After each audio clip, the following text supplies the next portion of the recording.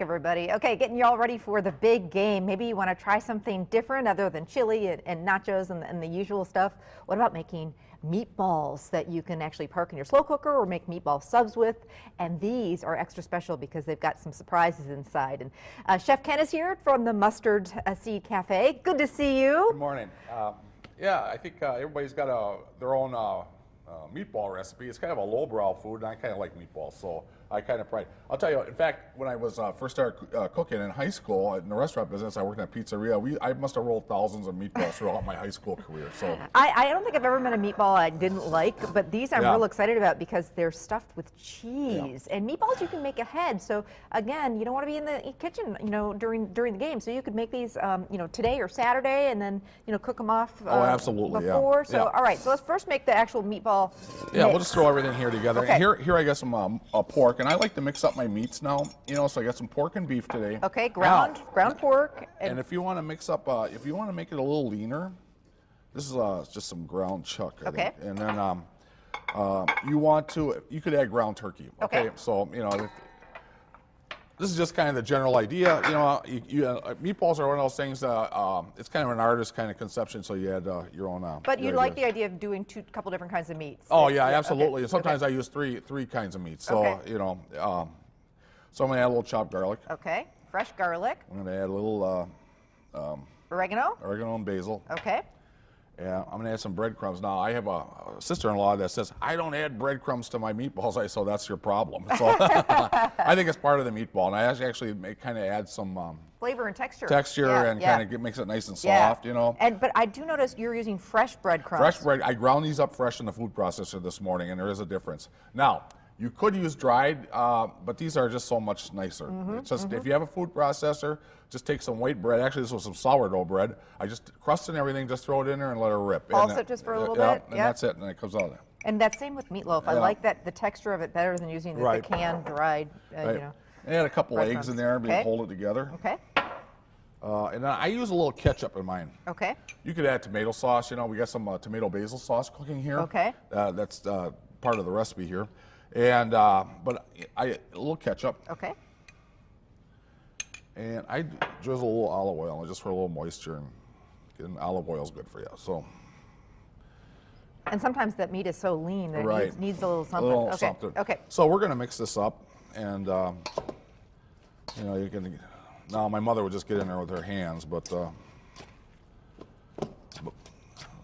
just tell it's well incorporated. Okay. And we've got some here that's already mixed. Right, this is already mixed. So now to make the meatball, you kind of make them about 1 ounce is normal. Okay. You can whatever size you want, right? Right, really, whatever size. You want to make them real petite. I should probably explain.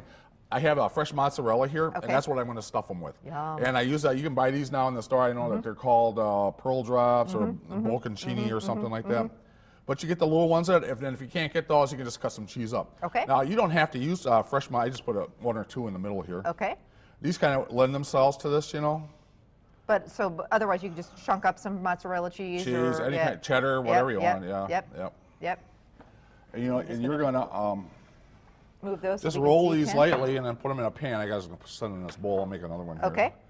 So again, whatever size you want. Now, do you bake them? Do you fry them? How do you cook them? I bake them. Bake them. Yeah. Okay, so put them on a cookie sheet. Now, can you fry them? You can fry them if you want. Okay. So, but the easiest, just throw them in the oven. I foil line my sheets normally, and then what temperature do you do them at? 350, and they take about 35 minutes. Okay, depending on the size. So these are a little bigger. You could make them smaller. Yep. Nothing really, kind of quick and easy. You may, like Amy said, you can make these up the day ahead of time. Pop them in your oven just before the game. Put them in a slow cooker. People can help themselves. Right.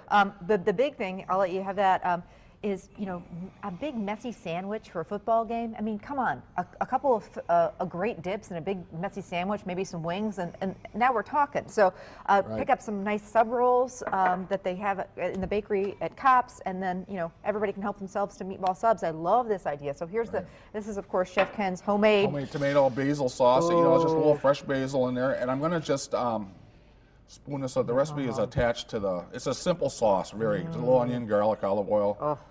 And I'm going to just put that on there. Yum. And it smells delicious. And we call these Caprese style meatballs because we all love Caprese style salad. Yes. So I took all those components that kind of put them in a meatball. Yum, so, some yeah. fresh basil there Yeah. too.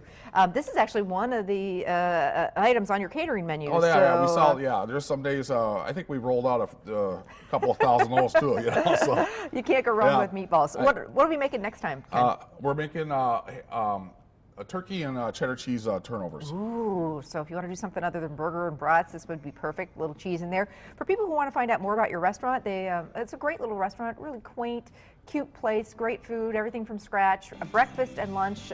Where are you guys located? 1541 Bellevue in right Right off right off 172. 172 Yep, right yep. there. Yeah. Cute little place. Definitely a special place to go for lunch or breakfast. And they do some special wine dinners and things like that every now and then. That's right. All right, Ken's going to stick around and do another fun game day treat. So stick around. We'll be back.